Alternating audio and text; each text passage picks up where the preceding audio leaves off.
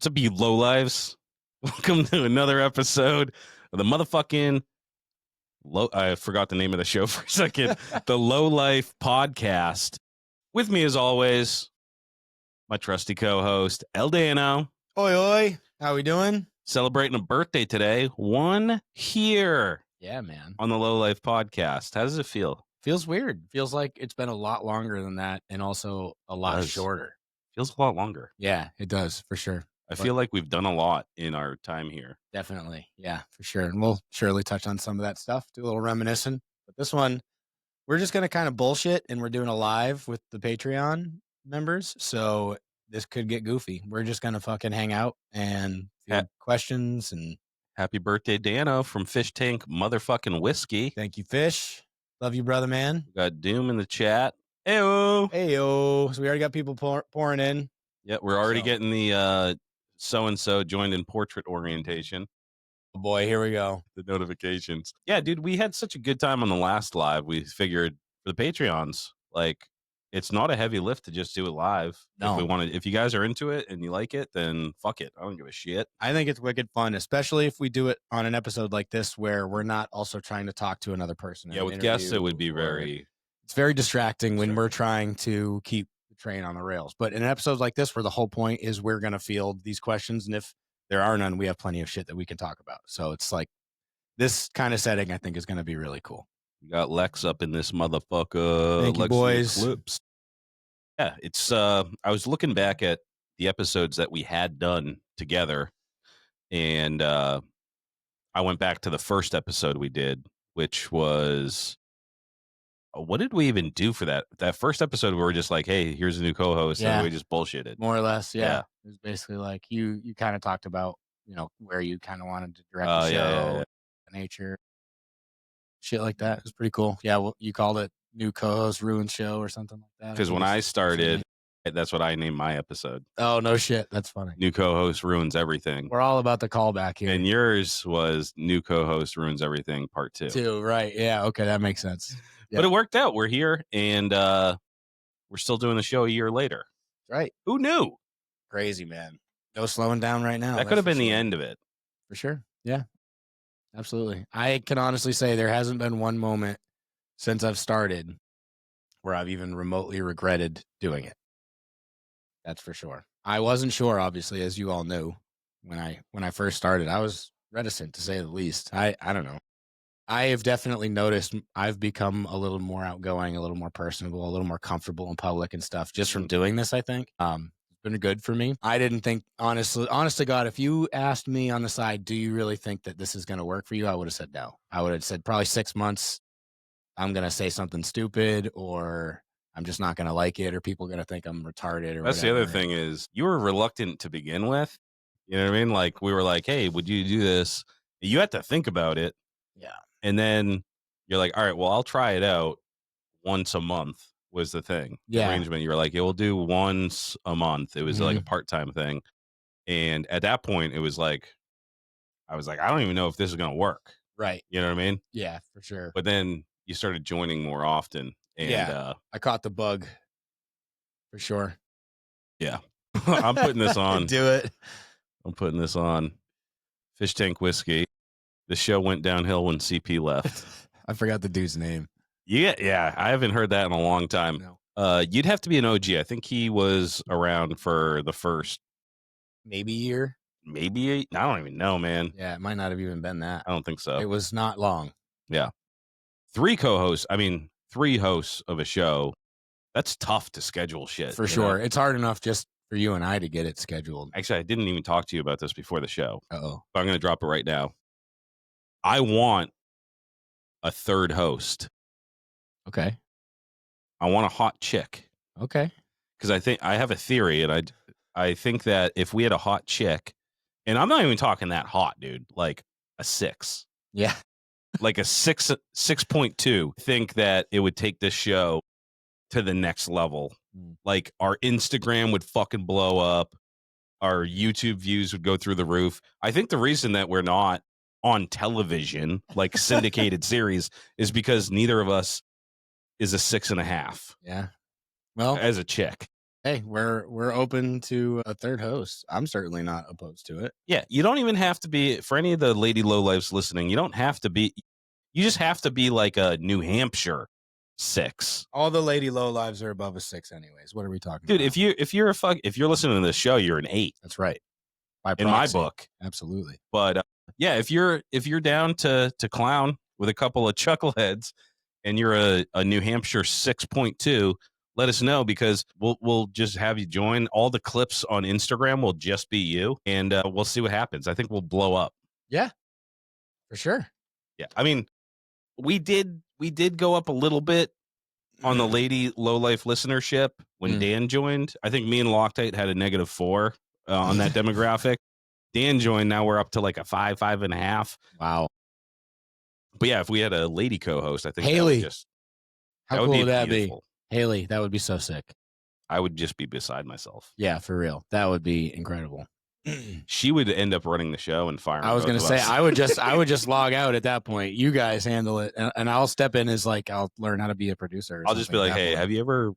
I mean, she's so fucking cool. Yeah, She should do her own podcast. I would listen to her talk Yeah. all fucking day long. Yeah, 100%. I'm sure she's heard it 1,000 times, but maybe we'll put it out there. That'd be cool. Yeah, dude. So we've had a, like I said, I mean, this year blew by really fucking fast. Yeah, for real. And I can't believe all the fucking shit that we've done, because there was a lot of stuff when you signed on that I was like, I want to do X, Y, and Z.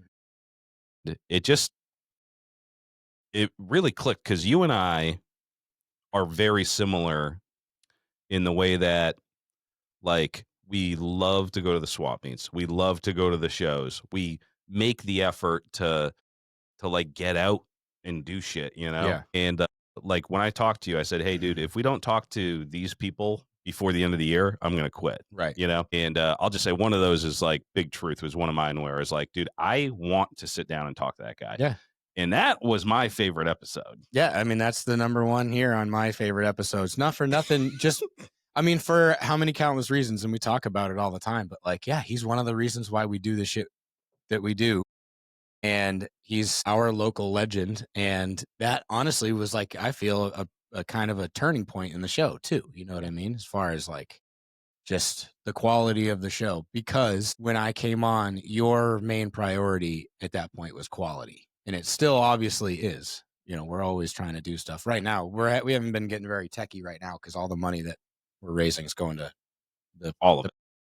for a long time, the priority was we're not putting out bad episodes. We're not putting out bad quality, bad sound, bad video. And we had bad sound, and right. You know, but in the pursuit of yeah, perfect audio, and you know, sometimes shit was fucked up, but it was because we were trying something new, a new piece of technology, or we were trying to do a remote episode at Harley, and the fucking plug in the back of the thing broke. Yeah, live and learn.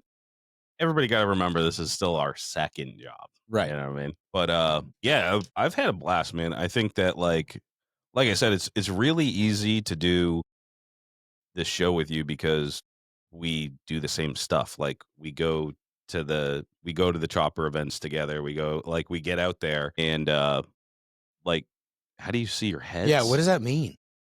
I'm sorry, I've been so distracted by that. Lex, what do you mean? Explain yourself. How do you see your heads? With my eyes. I can't see my head because my eyes point this way. My head's this way. Well, you can't see us? We can't see y'all. What? Fuck. Video only shows in between you both. Oh, put it in landscape mode. Flip your phone. Florida man, turn your phone sideways. Man, is that you, Eric? Bougie Billy? Yeah, Florida man knows what's up. Flip your phone. Darling Deerface knows what's up. I'm gonna flip the desk. Doesn't do anything in app. Well, that sounds like a personal problem.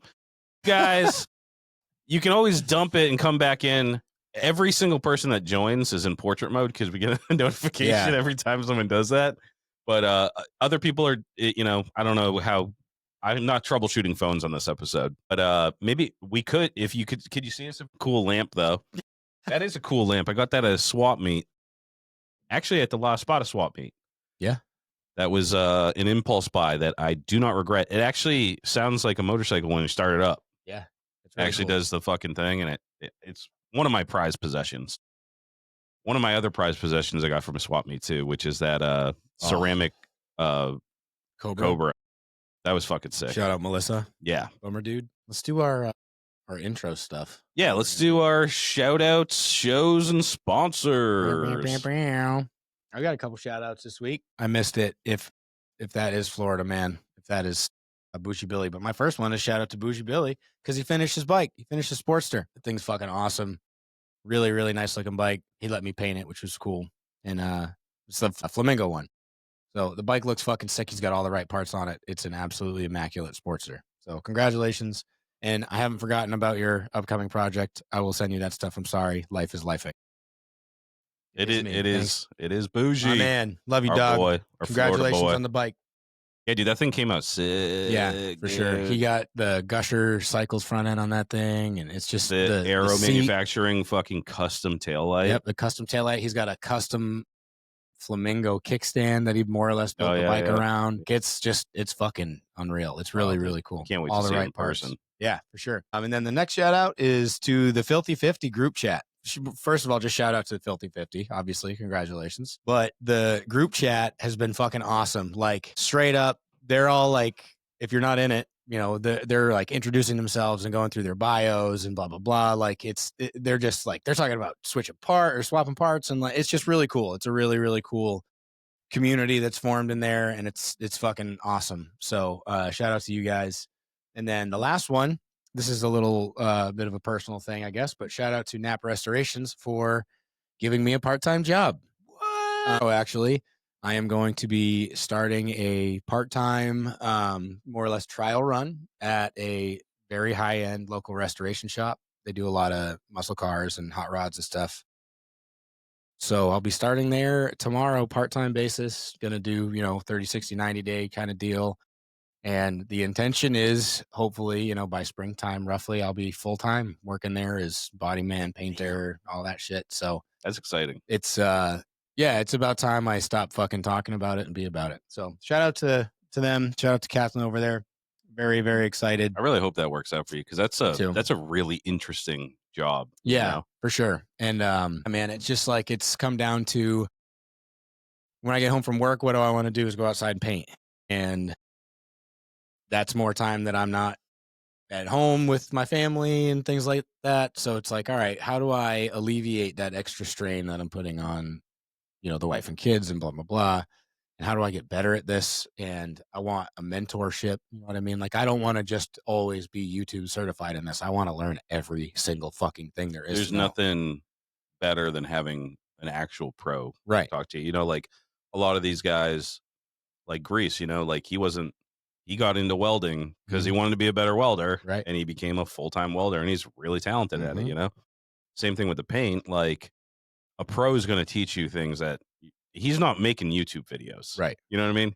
He's working on like high-end fucking projects, and we have these cars for years. Yeah, you know what I mean? Like it's not like a turn and burn Mako type deal. Yeah, it's not. We're painting these cars one color for the most part, but the fucking panel gaps are perfect, and it's as flat as it could possibly be, and there's not a single fuck up on it. And so much shit you can learn there. Yeah, for sure. Body work, like painting, body work, but like also like metal shaping and shit. Yeah, we do English wheel and all that other kind of shit too. So I say I obviously haven't started there yet, but we were talking before the show, and you were like, they have like 6 English wheels. Yeah, it's like one of them's like, he just picked it up. I think it's the second largest in the state of New Hampshire. What the fuck? Yeah, pretty cool. So yeah, I'm really excited for that. Yeah, hopefully that goes well. Hopefully in a few months I don't have to report that I fucked that up. But yeah, so that's where that's going. So that's all I got for shout outs. Yeah. Fish Tank Whiskey, Rhino, what you do? What do I do? What? For work? Yeah. Clarify. Thank you, everybody, saying congrats. Yeah. I appreciate it. Yeah, dude, I'm super. What I do for work? I work from home. I work at a software company. I try to explain to my friend. I've explained to my friends what I do for work. Yeah, and they still don't understand what I do for work. No. Like even when I get into it, they're like I don't understand what you do. You're like tech support for IT, right? More or less. Is that how you'd break it down? No. Okay, never mind. See, I fucked that up too. Yeah, I'm a manager for a technical support company for a SaaS product. There you go. Like SaaS. If there's any nerds in the chat, you get it. There you go. Dorks. Yeah, but go listen to my episode. I have a fucking bio episode that you can listen to. I think I talk about what I do in there. I've Mm. been doing it for like fucking 20 years, and I kind of failed my way to the top. You know, Fake it so till you make it, baby. yeah, if I am a manager, and the only reason I became a manager is because I was always curious. Because when I was working, I always had shitty jobs. I'm a high school dropout with like GED, so I always had shitty jobs until I was like in my mid 20s. And then my brother got me a job at this place, and they're like, "Yeah, they don't give a fuck if you have a high school diploma." And I just was like, "All right, well, this is I should like work on figuring this stuff out." And it was at the same time I started working on motorcycles. Okay. So I knew nothing. I didn't even own a computer. I didn't know nothing about computers, but I was like, "Oh well, if I can work on motorcycles and figure that out, I could Mm. probably figure out this stuff." So I was like, Sick," and then I did. And then I fucking worked my ass off for 20 years. But the point was, I was always curious if managers actually work hard because Mm. they're always like in their office, they're always looking stressed and stuff. That's bullshit. They don't work hard. Fuck no. Managers, if you want to not work but get paid well, just be a manager. All you Right. do is tell other people to work. Right. For sure. Yeah, I don't do anything, dude. My job's Yeah. tit. And that's not a general blanket statement. There are managers that work their asses off, but Yeah. for a general rule, you're doing a lot less than if you're on the floor. When I was first a manager, I worked my fucking ass off Yeah. because I just got the opportunity. But once you get to a point where you're like, people are like, yeah, he's a hard worker. Yeah. Then you just ride that to retirement. Yep, exactly. Get a reputation. When you start a job, any of you youngins out there, especially in a blue collar career field, bust your motherfucking ass and don't fuck up. Become the star of the show in your first like 3 years at this job, and then just coast. Yeah. You're good. You can't do anything wrong from there. Because you've already solidified yourself as like Right. a top performer, very trustworthy, Mhm. and then anything else that you do after that is totally forgivable. Like, oh, you didn't Yep. get that thing on by the deadline. It's like he must have had some fucking, like It just gives you more. It gives you more weight down the line. It gives you more like, hey, so and so company just hit me up and they want to offer me fucking $32 an hour. You match me at $32 an hour and I'll stay here. If you're a fucking hard ass worker, you have the reputation, you can command that. They'll be like, fuck, we don't want to lose this dude. You know what I mean? And it's like, you don't have to necessarily put out 110% every single fucking day while you're there. Yeah. Once you've established that you can do 110% and blow motherfuckers' doors off, they know that that's there. So when they have to call on you, it's like, okay, but yeah. I can do this. You need to make it worth my motherfucking Yeah, like time. in prison and shit, your first day there, you just gotta like attack the biggest guy. Yeah. And then just that's your reputation. Is like this guy's fucking crazy. You don't have to beat big guys up every day. Yeah, you don't have to win. You just gotta do it like once. Yeah, for sure. All right, so before we get any deeper into this episode, I want to address the elephant in the room. A lot of people are asking what happened with the whole white line creation situation, and I don't want to get into too much detail about the whole thing, but essentially the deadline came and passed, and Dan and I didn't realize until after the judges had gone through all the voting, and we were like, "Where's white line?" Because it's obviously like one of the best. We builds. were looking for it on the final 50. It's an unbelievable build that this guy's doing. So once the results came out, we're like, I went back. It was days later because it was after we got all the judges to vote on all of them. And again, we didn't catch it because we had over 100 bikes that were trying to get into this program for the voting. So I wasn't going through each person. I don't know if people updated or not, if they meant to or didn't, if they missed it or didn't. I didn't know. So, but when it came time and we released the results on the pod last week, he had reached out and he was like, "Hey, I didn't get in. Like, what's going on here?"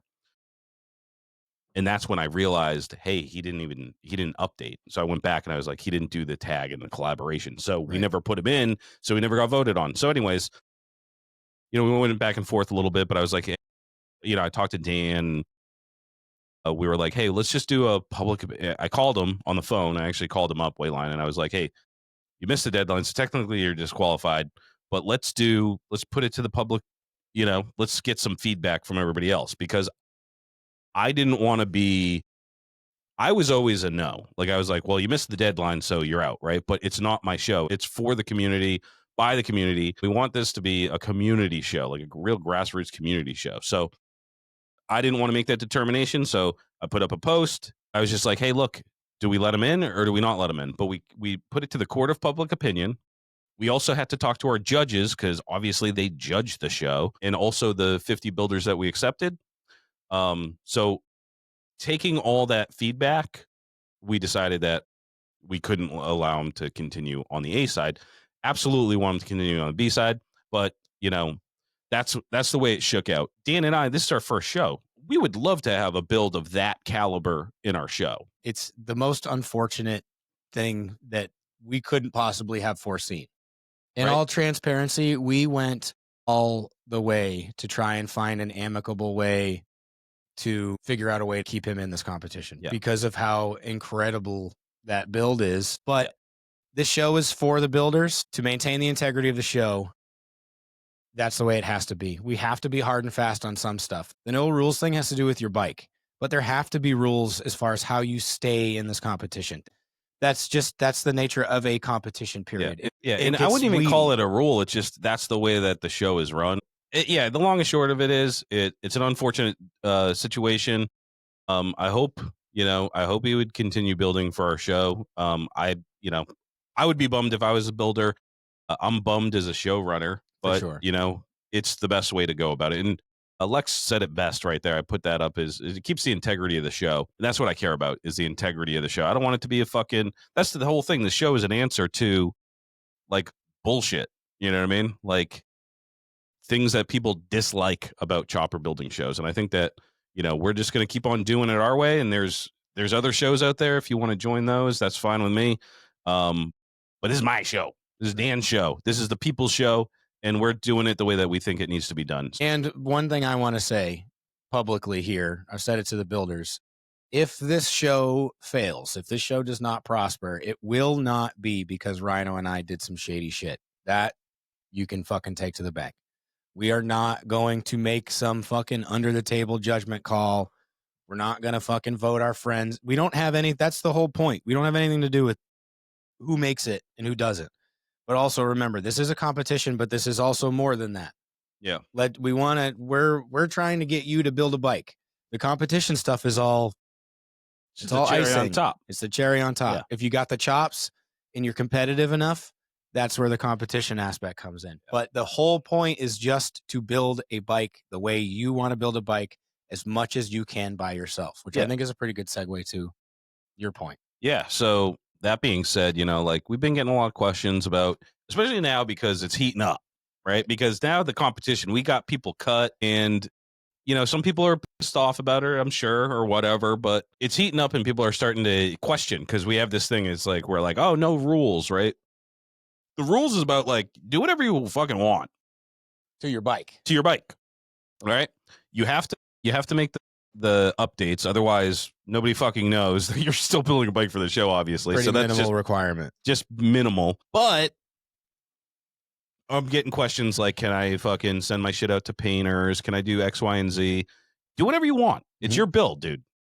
The spirit of the show is do it yourself, chopper shit, and no rules. Right? I'm not going to I don't disqualify anybody. I'm not going to, if you send your shit out and get it painted by a professional painter, I'm not going to disqualify you. Right. But the spirit of the show is do it yourself, chopper shit. If I was a judge, which I'm not, I would probably look for someone that painted their own bike. Correct. If in the end, if in the final 13, there is a bike that is done completely soup to nuts, building, fabrication, all the parts requisition, the fucking paint, the upholstery, if it's done by one person and it's a shit hot build, that theoretically, right, that should be the winner. As far as there's a bike that's wicked fucking nice, but was painted by somebody else. You know what I mean? So we don't want to stifle anybody. And again, it's I'm not saying that if you don't paint your bike, you're not going to win. Right. But, I'm just saying the whole point of the show is, and it's in direct contrast to a lot of a lot of shows, especially when there's money on the line and it's a competition. A lot of these shows, these people they're great fabricators, but they can't do anything else, and that's not a blanket statement against anybody. You know what I mean? It's there's guys that do their own upholstery, that do their own paint, that do everything. I'm just saying our show is what we like. We like to see garage builders. We like to see people do their own shit. We like to see the struggle. We like to see the underdogs. That's the kind of show we wanted to put on, you know? And if you have an idea for a show, Do it. go ahead and do it. We don't have a bunch of capital, Right. like thank God we at least have a platform that we can kind of get the word out on. And But a I think any vendor or a host for the yeah, in show a that venue and is stuff. amazing. But anybody can start a show. Yeah. Like you don't need there's no laws. You don't have to have an LLC, although we probably should. I don't know how the IRS is going to think about like giving away checks and shit. We'll burn But that bridge when that's we get chopper there. shit, dude. I don't give a fuck. Can't get blood from a stone. What, are you going to come after me for taxes? I'll paint a piece of fucking plywood like a check if that's the we don't it doesn't have to be fucking some serialized bullshit. I'll paint one and draw however much the final amount is. Yeah.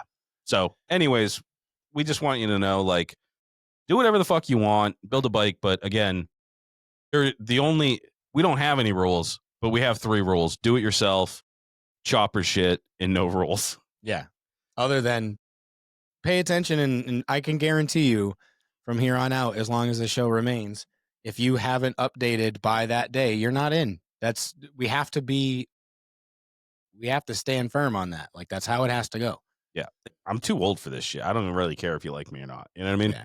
But We're doing this out of we're trying to make the decisions the best that we can for everybody involved. So yeah, just trying to do the best we can. yeah, That's all we're doing. we're not trying to slight anybody. In fact, it's the opposite. We're trying to give people that we don't even know a platform so that they can potentially grow and prosper. So yeah, hopefully everybody understands and we can fucking move the hell on with this Lex knows awesome what the fuck is competition. up. He's too old for this shit too. For real. That's dude, I went to the fucking trampoline park. Mm, My kids just my twins, they just turned 7. I went to the trampoline park and I went on like the aggressive trampoline part of the park with yeah. them where you fucking go like 20 feet in the air, dude. Yep. And I am not as spry as I used to be, You a dude. little sore the next day? Dude, that day, I'm jumping on this trampoline like I'm fucking 16 and I'm feeling my spine compress and like old injuries get aggravated. I'm like, oh fuck. I remember I broke that back in 13, you know? Back to the 50 builders, dude. I'm so impressed with definitely what you guys have put out. Super stoked to see like what you guys come up with by January, you know? But there's a couple things, and we have a very lively group chat. I want to continue that, but again, it's going to be kind of sad when we have to cut another 25. For dude. sure. I think if anything, I think there will just be a new group chat created, and then the 50 will probably still communicate. Yeah. Because I'm not going to deactivate the group chat. You know what I mean? No. So if after the 50, if we make a top 25 or whatever, which surely we will, and you want to leave the 50, sure. But yeah, I don't want to discourage anybody from staying in contact. And if I have to, bow out of it at some point or whatever, and you guys it's all going to keep be talking, then wild. so be it. Yeah. This was the first cut was the first point where I was like, oh shit, like this is getting serious, you know? Yeah, we got to do a B-side chat too, for sure. I'll get to that, I promise. There's been a lot of shit going on. Yeah, dude. And the Discord too, I'm working on that. I have it downloaded. I've got signed in and stuff. I just realized too, I just wanted to put this out there. I realized today that there's like a separate messaging page or whatever on Instagram, like message requests. I'm not private, so I don't understand why I have requests. But I just found that today, and there was somebody who reached out to me after the last one and said they would help me with the Discord. So I will reach out to you. Thank you. Yeah. I just saw that shit today, and then there's somebody else who asked me to paint that one. Like Discord just handles like chats and stuff. You can spin them up real quick, and you can bounce between them all. Like it's just you can decide where you want to talk. Like where Instagram, I don't know. It's not great for that sort of thing. Yeah, you're either in a group chat getting 100 messages a second, or you're missing out. Like I don't know. Discord just seems like the place to do it. And I've been doing new stuff to this shit, dude. I've been trying to get that website going, by the way, too. And it's just like everything. There's so little time to do all this stuff. This stuff takes. It's not like you can just sit down in an afternoon and make a website, or sit down in an afternoon and populate these. All the images and stuff. I guess I could pay someone to do a website for me, but then that's money out of the till. Well, talk to me after this, because there's something that I might have a hookup for that. Okay. That'd be sick. Yeah. So, but yeah, let me shout out the shows real quick. Oh, yeah, shows. So we got coming up here this weekend is the Lost Spot Closer. Next weekend is the Lost Spot Halloween Party. If you know, you know. Be there for that one. It's going to be a good time. Me and Rhino will be there. And then this weekend also, Born Free Texas is going on this weekend. So good luck to everybody going down there. Good luck to Clay. He's on his way as we speak. Hopefully, by the time this comes out, he will have made it there with no issues. That's But crazy that it's that, this weekend. We were trying to get out to that one too yeah, for a man. minute. I have a wedding, and it's like I can't miss this one. It's a really, really dear friend of Kayla's and me, so I can't miss this one. But I was going to fly down there, and now poor Clay, man, he's dealing with everything that you could deal with right now. So, Clay, when you hear this, man, we're with you. Good luck this weekend. Have a good time. Oh, we got Yeah. Jay Greenleaf. Hell He's yeah. going to Cool. Born Free. Yeah. If any of you guys are out there, meet up, connect, stuff like that. Yeah. Hopefully it's a good time. I'm really bummed that I can't make it, but Yeah. yeah. Sounds like it's going to be a good time. Fun. If you're in the area, I mean, shit, this comes out Friday. If you're not on your way there, you're going to miss it. So, yeah, what day is I'm all fucked up. It's only Tuesday. yeah, I know. Got a long fucking weekend. I mean, Mhm. man, today was rough. Oh yeah. Jesse says if you need a website, I got a boy that might be willing to help. Cool. Yeah, fucking hook a brother up. I wanted to shout out fucking Pan Sam Mm-hmm. with no Instagram. He's in the St. Louis, Missouri area. So if you're interested in linking up with Pan Sam, he's a good friend of ours. Let me know. He doesn't do any social media, so this is the only media he does. Yeah. Is our podcast. So if Right. you Literally. if you're into choppers and you're in Missouri, yeah, I think it's Missouri, St. Louis, Missouri. Yeah. Oh, that reminds me of another thing. But yeah, just let me know if you want to get in touch with Sam. I'll pass along your info. He loves to meet people the old fashioned way. Yeah. The post I made for the 50, I missed a couple of states. Yeah. As I said, Missouri being one of them. Geographically challenged. Yeah. But still, Yeah. It's been a rough week. I wanted to get that out, and I was going out with my kids on a little mini vacation. I was just kind of rushing. So I'm sorry, Missouri and Delaware. I think those are the only two that I missed. I believe so. Yep. But I did get them on the map. I got them on the map. I just didn't write them out. So, Darling Deer Face is correct. Delaware isn't real. And also, I would like you to say the state. Say it. what, How is Utah? it? How is it actually pronounced? Utah. Stop it. Utah. I am not saying Utah. Well, that's how it's said. So I don't know about that. I'm not convinced. But thank you. It's pronounced Utah. yeah, that's definitely gonna end up being a thing. That'll stick around for sure. Yeah. Dan was sending me pronunciations for some French guy with a fancy accent. Even a French guy said it right. I don't know. For sure. Yeah. Go to Massachusetts and try to pronounce some of those town names. Yeah, for fucking real, man. Yeah, crazy. I was just down Revere Beach today, dude. I didn't realize it, but those fucking waves were like up over the seawall. It was crazy. I've never seen the ocean look like that. I've never been that close to the ocean during any sort of like a sea storm. Like that was the first time I've ever like I get sea foam now. Like once it gets churned up and the sand gets mixed in when it's really shallow, like it's sea foam green. I've never seen. Oh, really? Yes. I wish I had taken a picture. I almost did. Maybe it was just because it was overcast and like, but I've never seen the ocean. Like, yeah, it's got a greenish hint to it or whatever, especially out here, but I've never seen sea foam green before. Like it was rough, man. Those seas, I've never seen it like that. It was green like that. It straight up, it was green. If you're from Revere or Everett or anywhere around there where you can see the ocean and you got a picture the last couple of days, please send it to me. It was fucking wild. I ended up getting beeped at a red light right there on Revere Beach because I was just like, holy fuck. Like imagine living in that house right there that's just like I can see it just getting bitch slapped by waves. So Tedesbro says that Dan's right about the pronunciation of Utah. Well, you're cut, dude. You're disqualified from the fucking show. How about that? No, I'm just kidding. Dan's probably right. But anyways, I'm not going to start saying it the correct way. I'm just too old for that shit, too. Yep. Can't teach an old dog new tricks. Yeah. No, dude. I'm all out of tricks, dog. Old stick in the mud rhino over here. I'm an old curmudgeon. Yeah. Yeah, dude. So let's get back to your anniversary because I wanted to know, like, I make the show all about me. So when I first started, I'm like, hey, when you came on, I did this and I wanted to do this. What was your, like, when you first started, what did you want to achieve? What did you want? Like, did you have an idea of people that you wanted to talk to and things that you wanted to do? Sort of. I knew after you and I had talked and you were receptive to the idea of adding a little bit of music to this. Like, obviously, this is never, for the record, this is never going to turn into a hardcore podcast. Like, if me and Rhino were both hardcore guys and we could sit here and discuss so and so's new album or whatever, like that would be different. We would talk about it a lot more. But I'm not gonna force it. Just a quick aside on that. So once you said you were into adding some of that, I was like, okay, cool. It's just basically gonna be me talking about the things that I like to talk.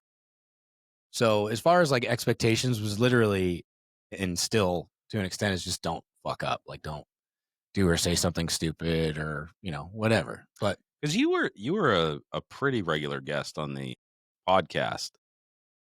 Like, so you kind of like, were you pretty comfortable when you started? yeah, Yeah. I mean, the thing I think you probably noticed like I talk a lot more now than I did in the first few, especially in interviews.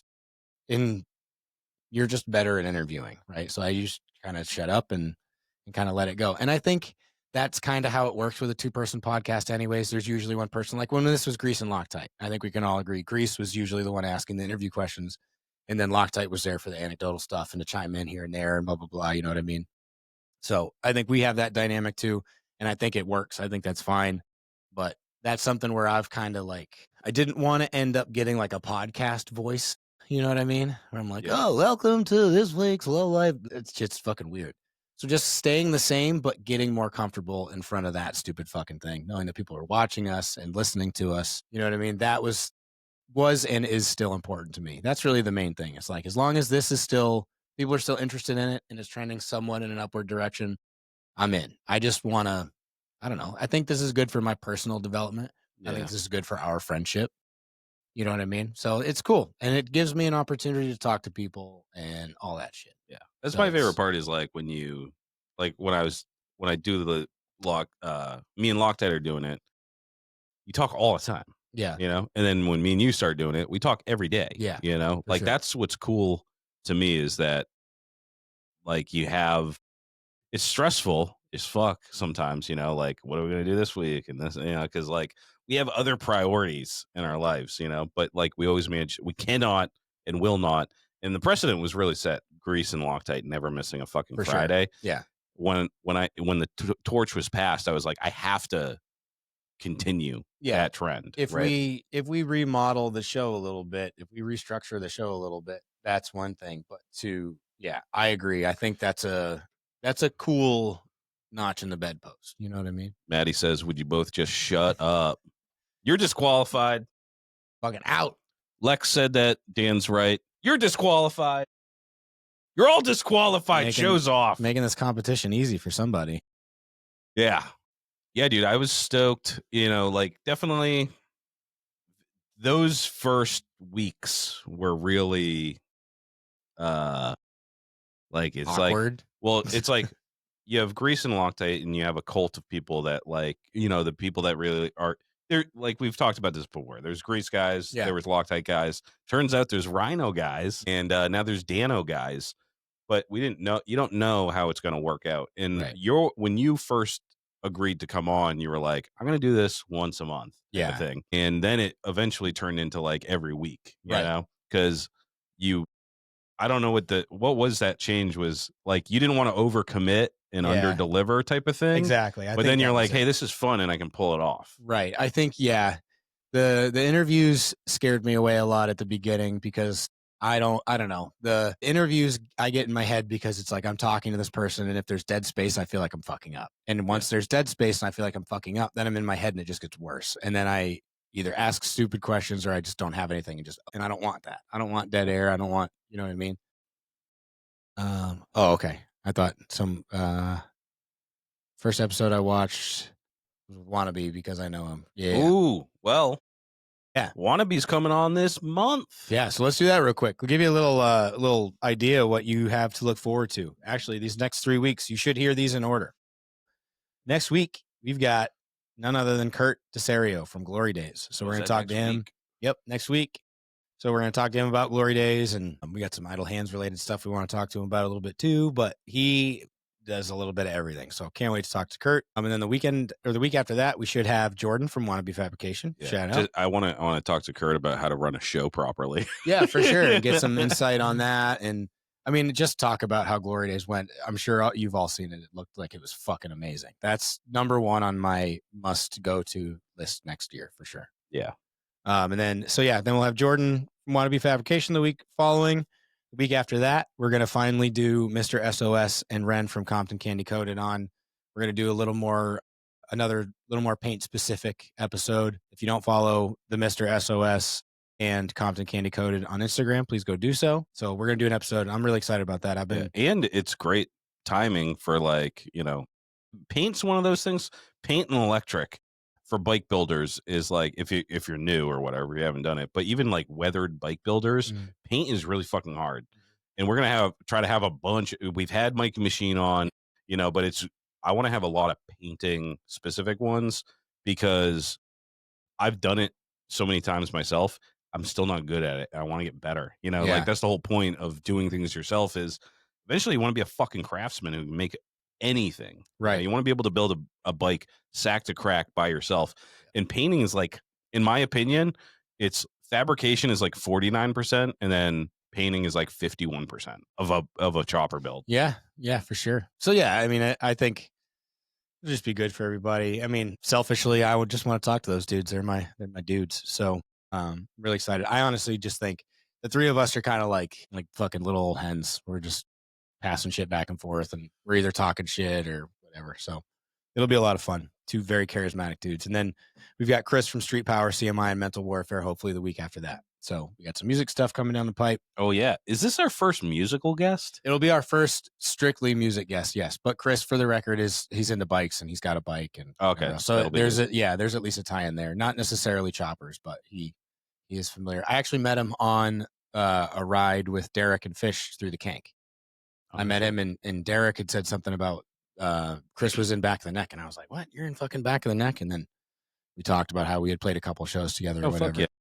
So I was thinking about that ride because I was up there this weekend. Yeah. I was up in the White Mountains and fucking leaf peepers, bro. I bet it's fucking nightmare right now. It was just mass plate. Everybody's driving like they're fucking retarded. It's a fucking parking lot. It's a parking lot, dude. Ugh. It's a parking lot up there. Hate it. It's not even good. Whatever fucking happened this year, like everything's just fucking dead and brown already. Yeah, I noticed because I go to Vermont and Maine and whatnot for work a lot, like all the way up to the Canadian border.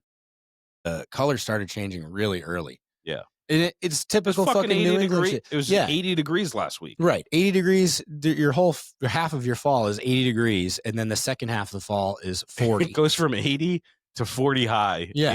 in one day, right. And then it's been fucking rainy and shit. Yeah, for sure. So, 'tis the season, but yeah. Yeah, fuck them leaf peepers, dog. Yeah, for sure. But it's still fucking nice as fuck up there. It's bike riding up there is just, if you're coming out of state and you're coming to New Hampshire for the Idle Hand show, stay extra days and go to the White Mountains, dude. I swear to God, it's the Garden of Eden. Yeah, it's for sure. So beautiful and so breathtaking. It's like, I think when I'm there, I feel like it's our Grand Canyon. Yeah. Like it's that awe-inspiring. Yeah, especially because we don't have Old Man the Mountain anymore. Yeah, you know what I mean? As far as like, you can see Mount Washington, go up Mount Washington. That's something else too. But yeah, I mean, the Kank is kind of like, if you aren't from here and you talk to someone from New Hampshire and you say, what would you recommend I do on a motorcycle? The first thing they're going to say is the Kank, I would imagine. That's what I would say. It's the nicest looking place on planet Earth that I've ever been. It's beautiful. Yeah. For those of you who don't know, it's just a tiny little windy road and it cuts through this mountain pass and they have all these little stops. It's run by like the state park or whatever. So it's whatever the fuck it's called. So it's like there are these little pull offs where this is so-and-so view and there's a tree that's shaped like a heart. And then you go up this one and then you just get out and you get these crazy views and there's picnic tables and blah, blah, blah. Yeah. And eagles soaring over you. Yeah. Like, you can see like all the way into fucking Canada. It's crazy. So it's just absolutely beautiful. And you can start by Clark's Bears and meet the Wolfman. Yep. Which is like one of those, it's like a weird attraction. The Wolfman is just a hairy old guy. Yeah. And it's cool too because one side, you get two different experiences when you ride the Kank. If you come from the Loon side, it's a little bit of a different ride. If you come from the main side, because that's the cool thing about it too, is it dumps you out. You either start in like arguably, I would say the most like picturesque, like skiing, like area or whatever, right there off exit 32, or like that whole Loon area, all the little shops downtown and Loon Mountain and blah, blah, blah. I love that little area. Yeah, It's nice. Lincoln and Woodstock. Lincoln. Yeah. Yeah. Thank you. And then you go down the Kank, and then when you get off the Kank, you're not necessarily in Maine, but you're at the Maine border. So it's like, it's, I don't know. It's a nice ride. Yeah. Very, very, very cool. If you're bringing your motorcycle up in July, that's the time to do it. Yeah. Must do it. For sure. Yeah. I love those. Like, that's my favorite place to vacation is, Lincoln, Woodstock. Those two, they're like two little towns, you know, that touch each other. Yep. That's where I was this weekend. It was fucking awesome, dude. That's awesome. We're actually staying in a hotel on Winnie in Meredith this weekend. Oh, sick, dude. Yeah, it's gonna be pretty awesome. So, yeah, I love the fucking lakes regions. Any of the northern New Hampshire I areas. forget what we were talking about though. Let us into that. Initially, we were talking about my expectations joining the podcast. And Oh yeah, ended up on that. Yeah. What was everybody just wants to know? What was your favorite episode that you've done so far? My favorite episode, I think, has to be the one with Chophead, just because it was a surreal moment sitting there with Truth. You know what I mean? And it was like being with the podcast. It felt like, okay, I do have a reason to be here. Because a lot of times, like seeing people, especially at Truth's caliber, like at a show, I know that I could just go, "Hi, I'm Dan. I'm a big fan. Blah blah blah. You inspired me. Whatever." And he's not gonna go, "Who the fuck are you? Get out of my fucking face, you fuck." You know what I mean? I know that's not how that's gonna go down, but that prevents me from doing that a lot. So sitting down with the podcast was like, I have a reason to be here. It's okay. I can let my hair down, and like I'm supposed to be here. And then just talking to fucking one of the people who got me into this, you know, what I mean? That was very cool.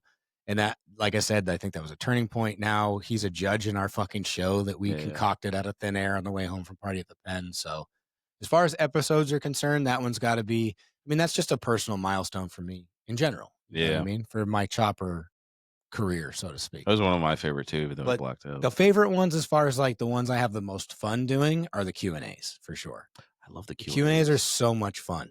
Next time we do a Q&A, we're going to do this live too. For sure. This is absolutely. And if you guys want to throw in some questions in here while we're doing this tonight, go ahead. I mean, that's why you're here. Dan, let them rip. Yeah, for sure. We want to include the chat in this episode, so please feel free. If we're boring the fuck out of you guys, get us distracted. But yeah, the Q&As are fucking awesome. I really enjoyed the episode with Clay and John Luke. It was awesome. Always good to talk to those dudes. I love it when we have multiple people on. Like, I love doing episodes with like someone and their buddy. Yep, you know? John and Bubba. Yeah, for sure. It always, you have the body double, so everybody. A lot of people because I do this every week, and I don't even think about like that I'm talking to people necessarily, you know, because I'm just looking at myself being recorded. But I remember when I first did an episode, like my first episode, I was kind of nervous, you know. But I also drink a lot, so I'm just like, oh well, I'll just drink until I don't care. But other people that aren't such fucking degenerate drunks, they're just like maybe, or I think weed smoking hurts a lot too, because people get like super high because maybe they don't drink, but they're like, oh, I'll get super high, but then they get super paranoid. Yeah, and then they get really nervous on the fucking podcast. So I don't know where I was going with that either. Well, let's change the subject. All right, so we got who's this? How'd you dudes get? Jesse wants to know, how'd you dudes get into choppers? How did I get into choppers specifically? I don't know. I just remember, I don't know. I remember seeing a couple, and that I think the internet had a lot to do with it. But with choppers, I think I came here specifically through like hardcore and stuff. I saw a lot of people were doing it. Chop Ahead. I saw when he built a bike for Lenny or something like way back in the day or whatever. It was like, oh wow, these kind of two things are kind of commingled. But I don't have like necessarily like I saw a chopper and was like, that's it. I know I want to do that. I ended up getting I was hanging out with dudes who knew how to ride bikes. I didn't. I bought a Honda that was a piece of shit, 4 carburetors. I worked on that, got it running, sold it. Didn't even really learn how to ride it. And then once I got my Harley, it was like, I don't know. I immediately had this thing where it was like, I got to make this mine. Like it was like plasti dipped flat black, and it had a tank bib and a split tank. This is on an 883 Sportster, by the way. You know what I mean? And all the fucking riveted tank bibs and the fender bibs and all the, whatever.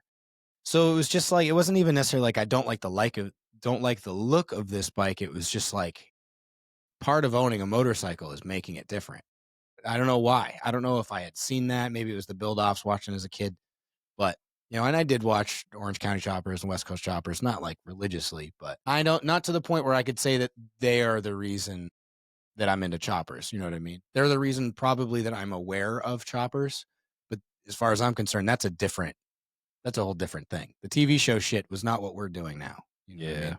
Yeah. And it's definitely not like I missed that whole wave of shit. I never watched any of that shit. Mm, You know what I mean?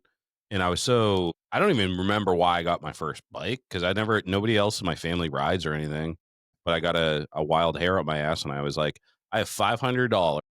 I'm going to buy a running bike because I know I can't fix it. I didn't have any tools.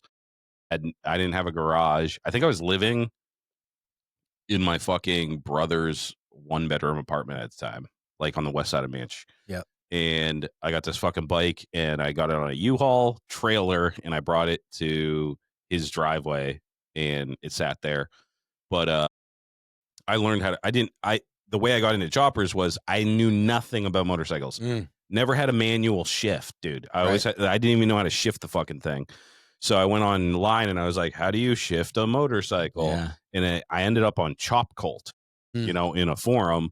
And I'm looking at and I'm like, okay, so I have a CB 750, and then I'm starting to look at these pictures and I'm like, why are these bikes so much cooler than mine? yeah, And right. I'm like, what is a hardtail? Yeah. Yeah. Like, dude, I was a fucking infant. Like I was a baby. I was a 5-year-old. I walked in the middle of a movie. And I'm like, what the fuck is going on? Right. And I just kind of figured it out from there. But I was like, Yeah. I was like, oh, okay. So there's cafe racers. I always knew I wanted to work on them myself. Like I went through this phase because I had a CB 750. I was like, oh, I could make a cafe racer without any tools. I didn't have a welder or anything. And they had a show called like Cafe Racer. And I like bought a DVD box set, kids DVDs. There were like these like little discs that you could put into a player and you could like, Played yeah, movies. it played Yeah. like moving pictures and shit. This was back before there was streaming, or maybe I just didn't know about streaming because I was too poor. But Yeah. anyways, and then I was just like, yeah, I just kind of figured out. I was like, oh, so there's cafe racers, there's bobbers. I think I called that thing a bobber Yeah. actually I when I called first, my yeah. Sportster a bobber at That's like, first. yeah, and then you're like, oh, I actually want a chopper. I figured out what that was through these like forums and shit. It was the only thing I knew, Mhm. like just like on the internet. And I ended up trading that CB for a hard-tailed XS 650, Oh, shit. and it had the capacitor and all that shit. Mhm. And again, no fucking idea how to work on any of this Right. stuff. But yeah, that's how you get into choppers. You just kind of fucking I just stumbled upon it and kind Yeah. of figured it out.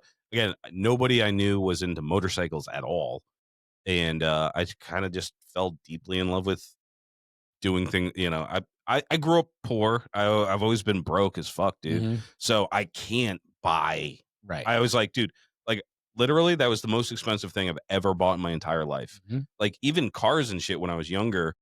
I have two brothers and a dad that we would just pass our shit down. Like I never even bought a car in my life, dude. Right. We'd have a shit box. He'd have like a fucking 1983 VW Rabbit diesel, and he'd be like, "All right, I just found another shit box," and he'd give it to my older brother. He'd beat the hell out of it, and then he would fucking give it to me. No money exchange, no titles or anything. It was just Yeah. like passed down. So when I saved up $500, dude, I was like, this is fucking crazy, dude. I remember being so nervous that I was Yeah. gonna fuck it up because I was like, I'll never have another bike again. Right. Same. When I got the Harley, my Sportster was 2 grand and I bought it, and the dude was from Albany, New York, and met me in Rutland, Vermont. And I remember bringing it home like, dude, I own a Harley Davidson now.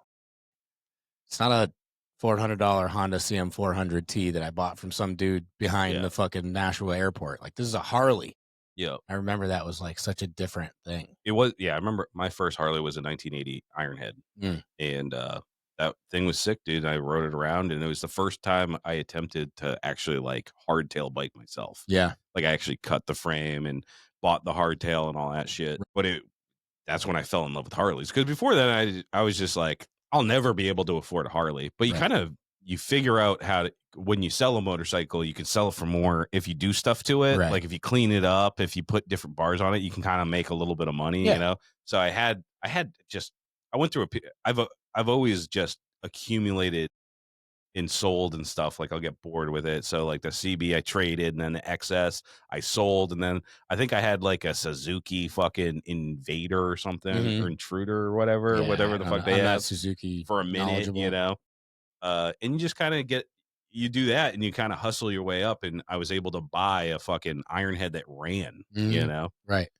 But Yeah, you gotta get a little bit of the hustle. That's why I think this stuff draws a certain kind of person, and that's why I think you and I say it a bunch where it's like, if you're into choppers, for one, we can tell, like, right away. If you're someone that's, like, really into choppers, or if, like, you just saw this on Instagram and it's a fleeting phase type of deal.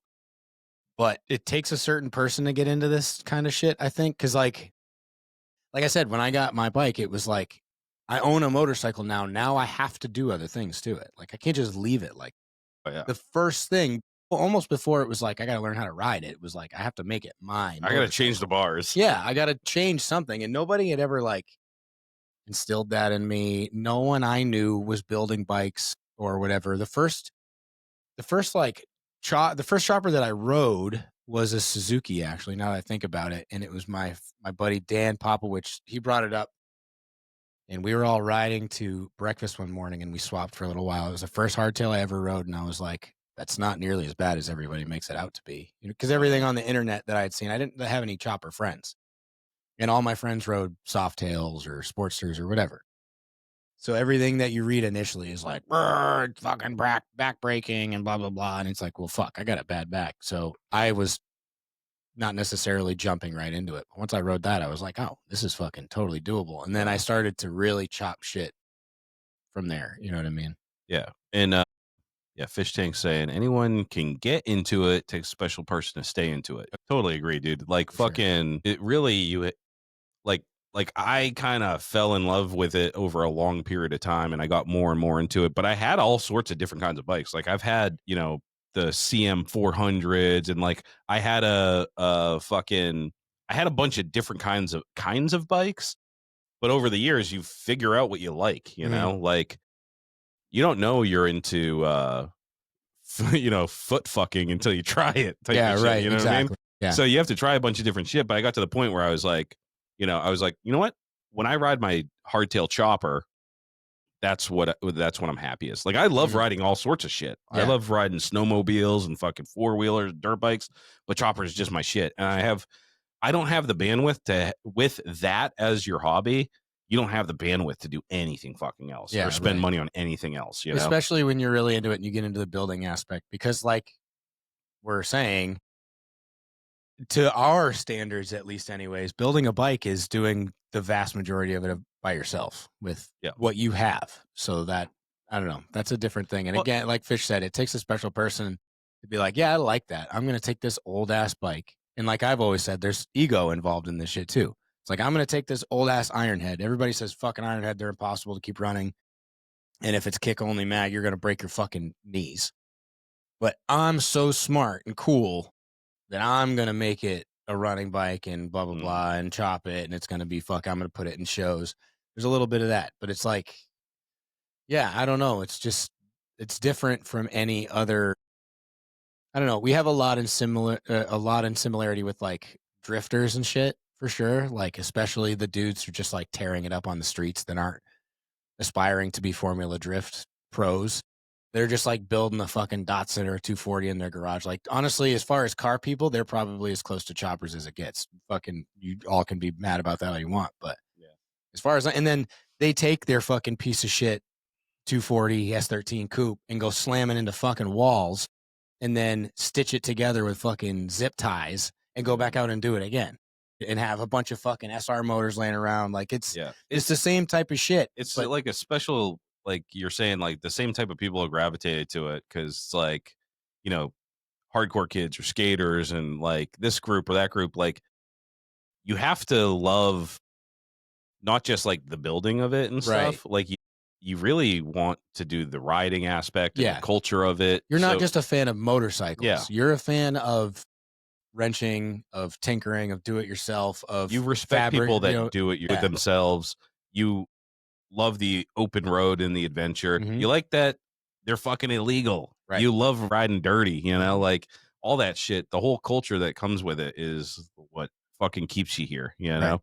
And it's all so cool to meet new people that are into that same shit. It's like, Yeah. oh, you're fucking awesome too. Like Right. you have the same kind of like, and again, it's not about like, dude, like nobody ever fucking talks about like politics or religion or any of that Yeah. bullshit. It's all about the bikes and the fucking culture around building them and riding them and the open road and the adventure and that sort of shit, Just you know? having fun, just in general. Yeah. Having fun with motorcycles involved, period. Yeah. That's when you really boil it down, that's what it is for me.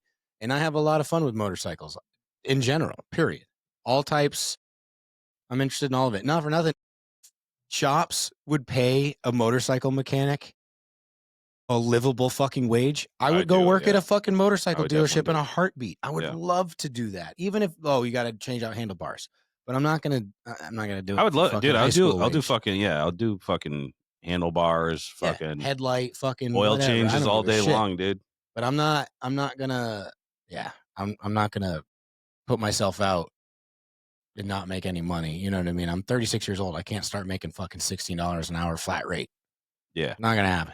So it sucks, but it Yeah. is what it is. You do what you got to do. But that's Yeah. another aspect that it's like I got into painting because I didn't have enough money to pay somebody to paint my first build. And like then you find shit like, oh, I like that. Or That might be another one of those things, like one of those character traits that I don't think I've ever heard anybody talk about. But chopper guys are cheap. for sure, 100%, 100%. And yeah, I mean that's kind of like that's the whole point. Is like Yeah. how cheaply, sketchily, under the table can I make this But thing? also so generous too. I was thinking Yeah, about this the other day for because sure. in the chat, people are like, "Yo, I got this part, and anybody need this or whatever." It's the only community. Like I've been a part of like a lot of different, like in my years, you know, like with different friend groups and Mhm. different states and moving around and shit. The chopper community, everybody's like pretty much everybody's broke. Everybody's super cheap, but they're not stingy when it comes to helping Right. motherfuckers out, dude. For They'll sure. give you the shirt off their back.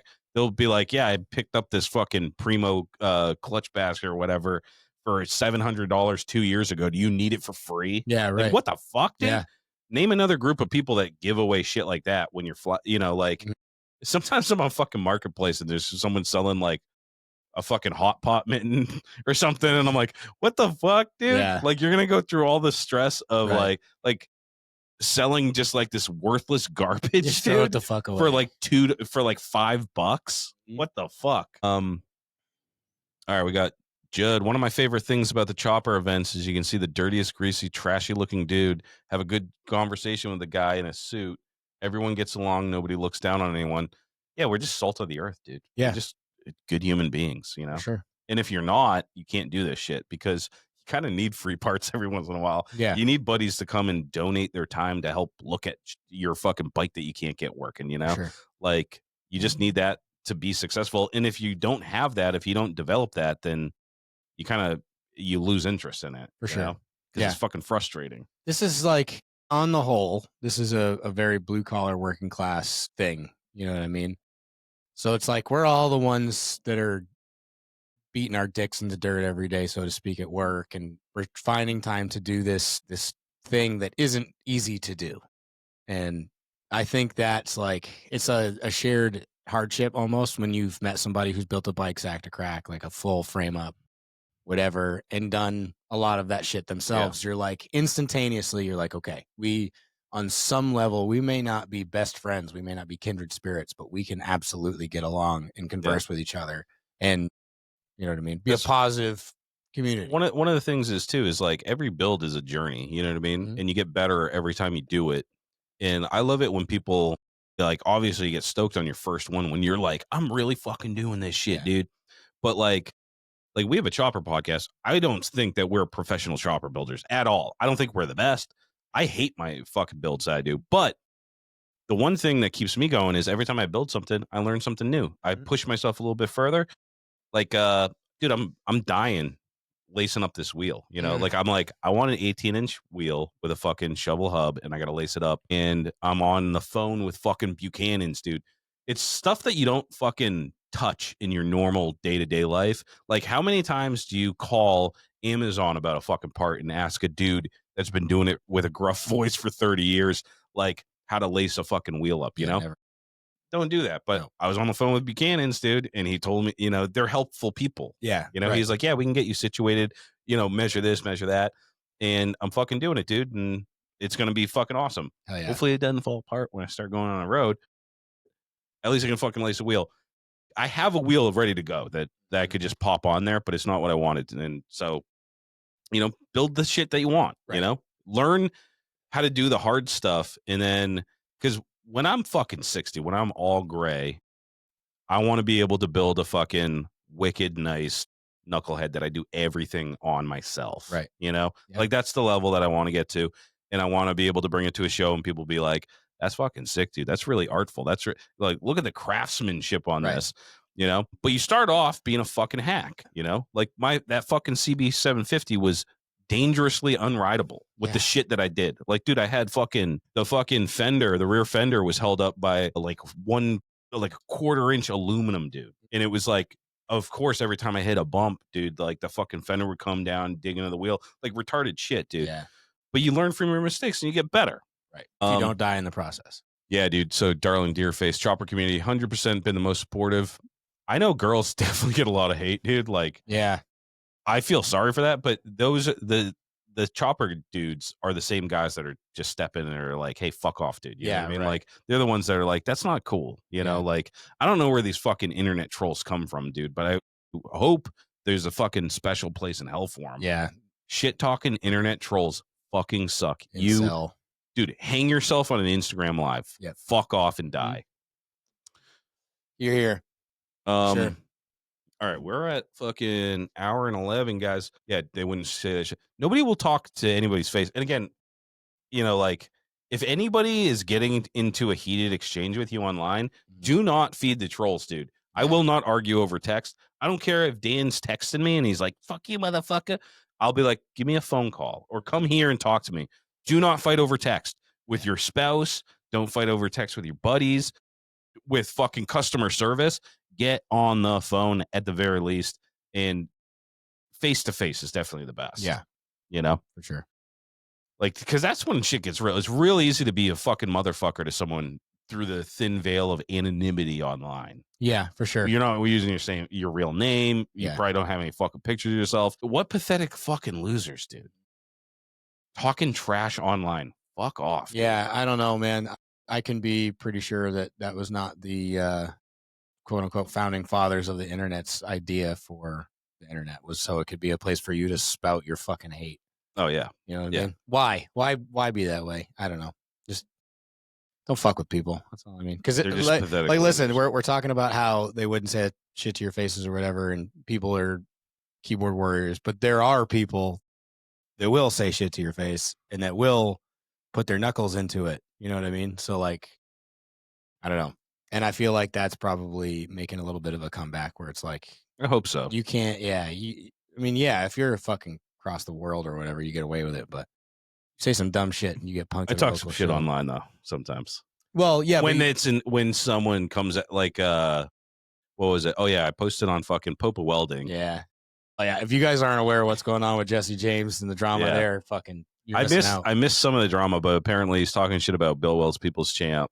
No, Born Free.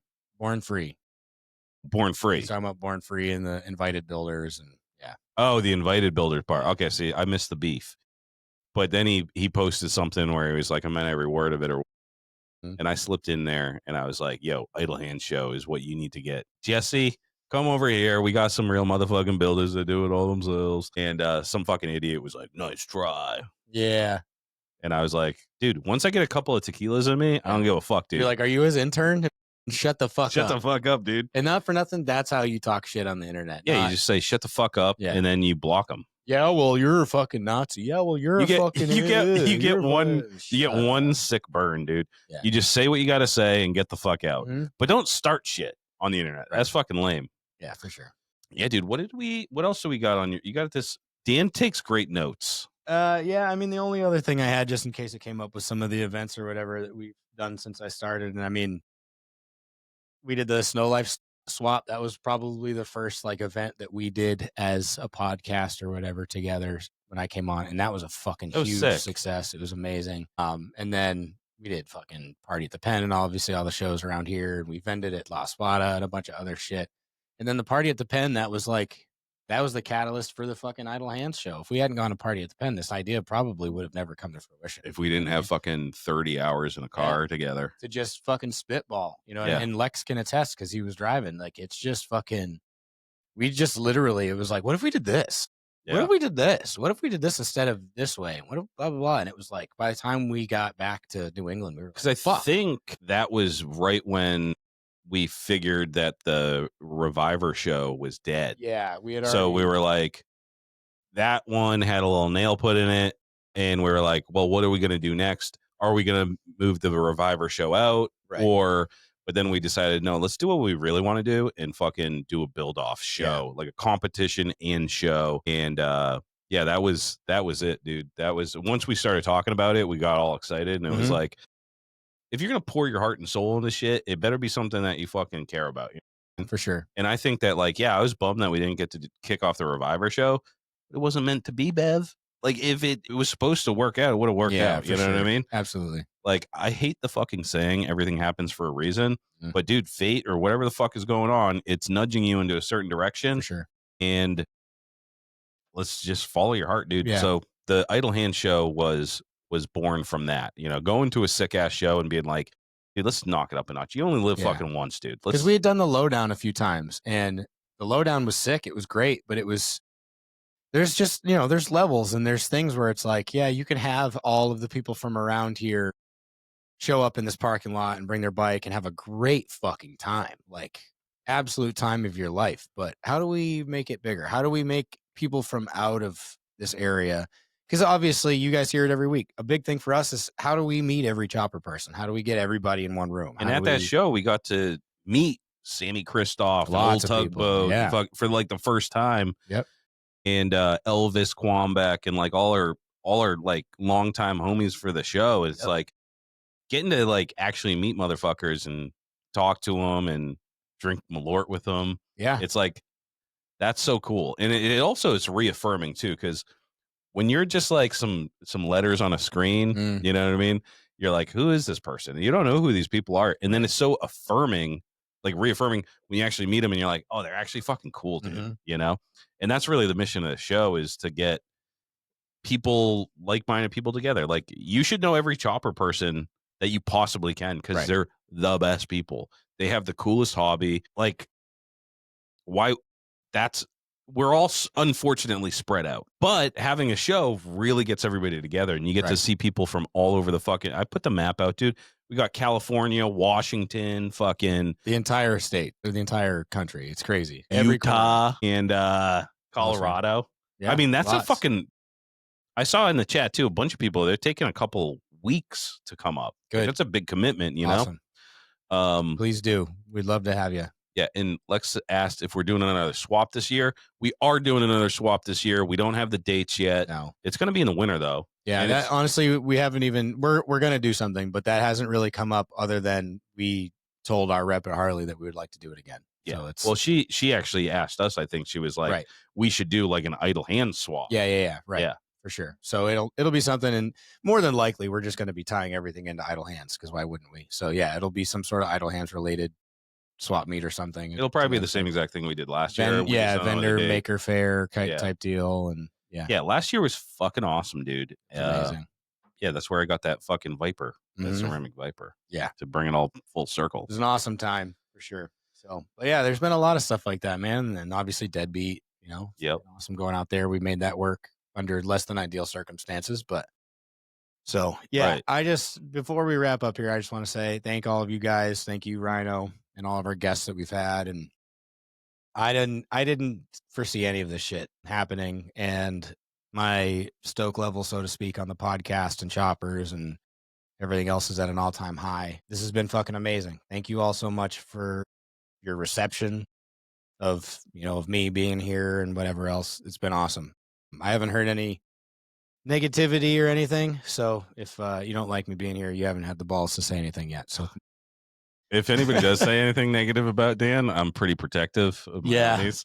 There was a guy, I forget what the fuck he said I had a clip and he said some stupid shit. There was a couple of guys. Oh yeah. Was it when Oh, I it's the was triple. It was the triple. yeah, 666 Customs Triple Six interview we Customs did. interview that we did on his thing, right? Yeah. Yeah, Yep.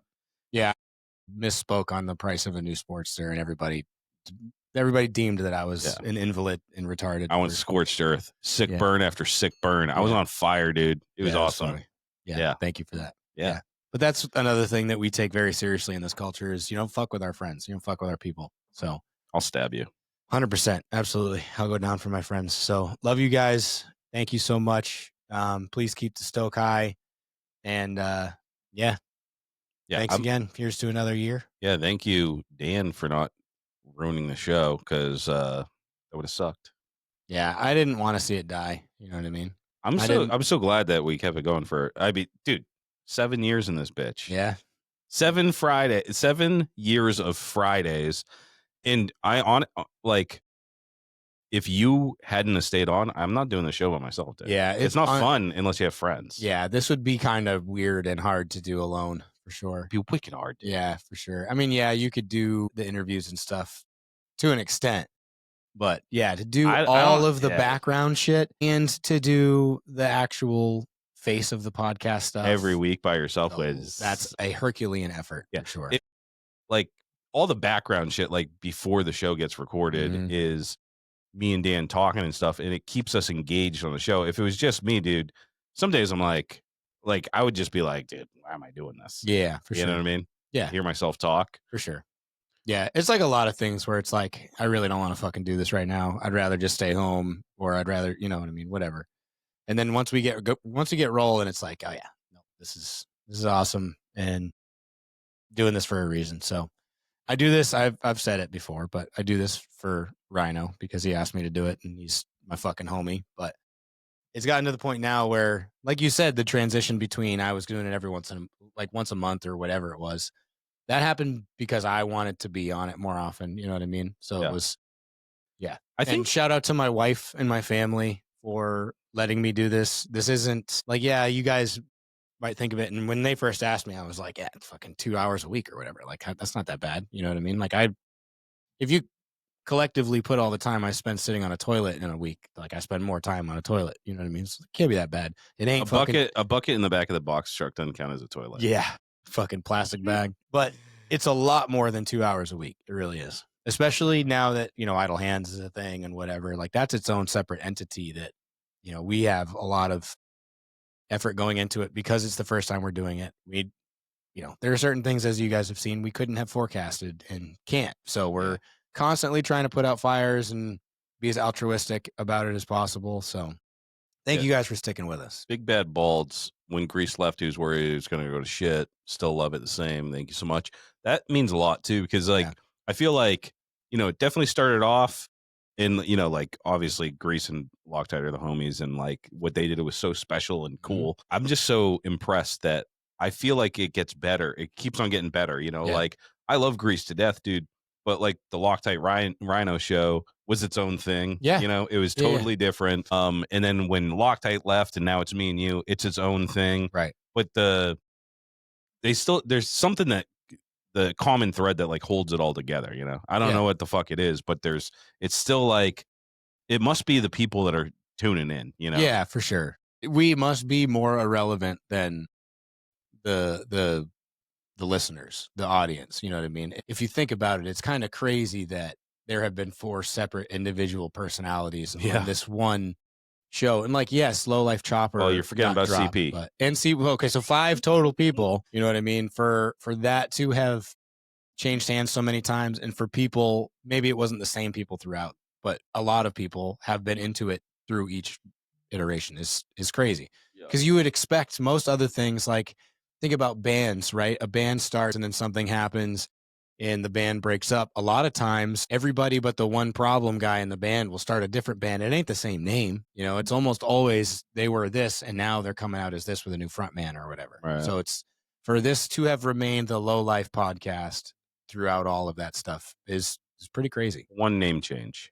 But Out of that necessity. that wasn't because of host changes or anything or redirect the show. That was a logistical cancellation related fucking deal. We don't have to go over that again. You guys have all heard that story. Yeah.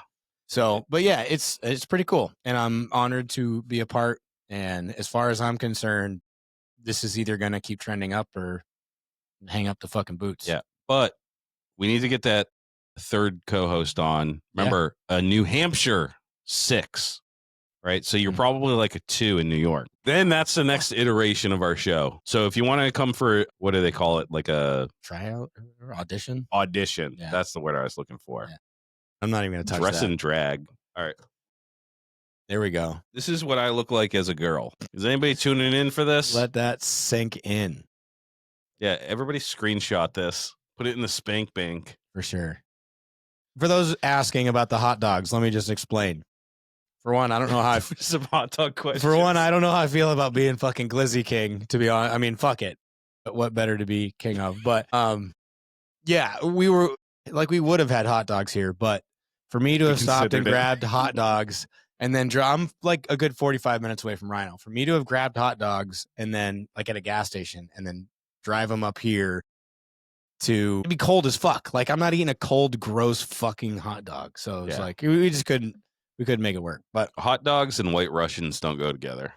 that's probably true. But You'd be it's a lot of you'd have a rough ride home. for sure. Yeah. All right, guys. I think that's it, right? I think so. Yeah. I mean, that's really all I have to say. Thank you guys again. Yeah, thanks for joining the live, guys. Thanks for everybody that signed up for Patreon. If we get 8 more Patreons, I'm gonna do a special giveaway. Yeah. That's the magic number. We gotta get 8 more motherfuckers. So please share the show. Tell everybody how awesome it is to be a Patreon subscriber and get motherfuckers to tune in.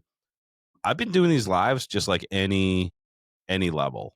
Like you can sign up for $1 and get in on these lives. That's just like one of the perks. Obviously the $10 one, you can get in fucking giveaways and shit when we do that. We're going to be doing a giveaway. Dan brought something, but we don't have time to give it away today. Yeah. I'll just show it real quick. I got this skate deck laying around. Some wall hanger. Yep. Or put some trucks on that shit. Yeah. I mean, you'd fuck it up real quick, but yeah, it's just a little yellow pearl. Yeah. Anyways, it's just a skate deck that I've had laying around for a little bit. We'll, I don't know if it's its own thing or we'll throw it in with another monthly giveaway or whatever, but just some night laying around, sweet in the pot. Yeah. A couple things real quick. Buddy check in with your peeps. And then I think for old time's sake, we should throw a fucking hand of CeeLo. Dan brought the fucking CeeLo board. I was wondering, I was like, do I have that with all of our gear? It ended up in the back of the truck at Deadbeat for whatever reason. It must have been underneath something. It didn't get taken out of the truck. All right. Yeah. So fuck it. For those of you who don't know, when I first started, modus operandi here was I was going to come up and do every single one in person. And when we did do them in person at first, we were ending every episode with a round of CeeLo. I think we only did it, like 3 or 4 fucking times? Because it was like, I think we stopped after I $20 off you. Yeah, you fucking did. Yeah, I remember that. I was just thinking, you guys can Venmo us $1 to ante up if you want to be. I was thinking how fun it would be if we did, like, obviously we would have a camera on it so you'd see, but we would basically be doing the rolling. But yeah, you guys would be able to like, would be like an online casino. Yeah, it'd be an online thing, and then either come idle hands, we all square up or fucking whatever. You know what I mean? Are we doing just chop look this year type of shit?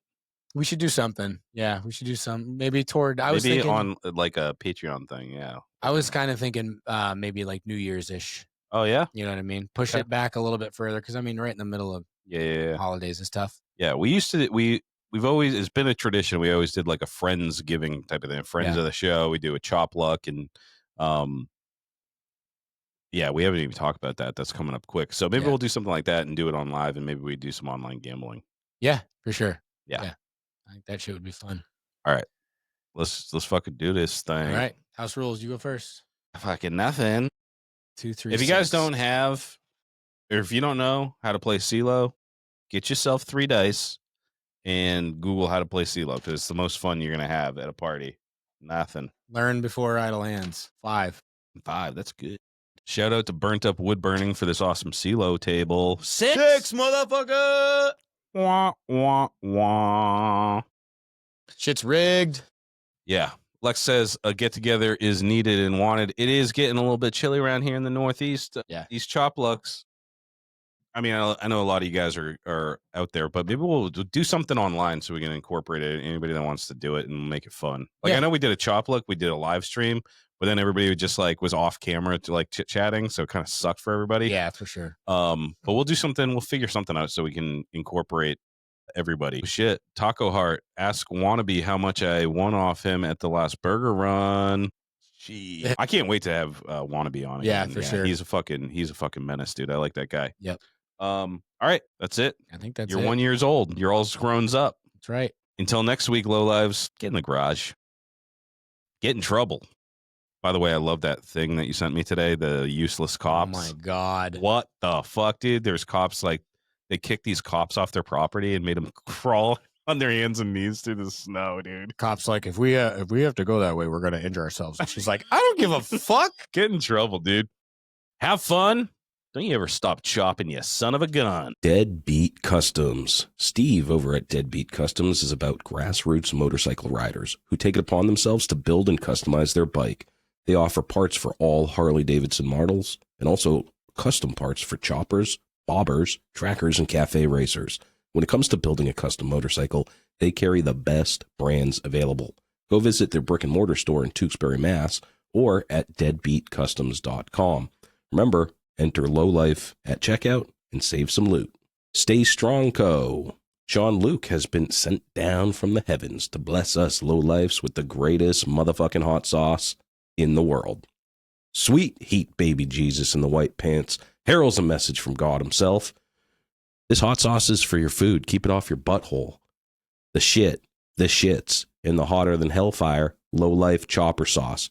Go to staystrongco.org today and grab yourself the holy trinity of hot sauces.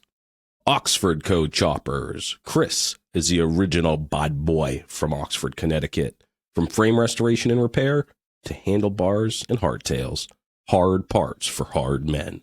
His hardtails are expertly TIG welded and installed in-house. Made of USA-made steel, cast axle plates, he is your man for the hardest shit to hit the East Coast since Hurricane Bob. Find him on Instagram at oxfordco.choppers. Steel City Blacksmithing. Josh specializes in handcrafted steel work right outside of Pittsburgh, Pennsylvania. Anything from custom motorcycle parts to hammers and tomahawks. Don't get it twisted. If it can be twisted, he's twisting it. Check him out at steelcityblacksmithing.com today. Beck Built Fab. Dustin is the plug for excess chopper parts. That's why we call him the Metric Man. Drum disc brakes, mid controls, hand shifters, foot clutch, modded worm gears, intakes, and more. He can do any fabrication job, weld repair, upholstery, or even maintenance. Check him out at beckbuiltfab.com.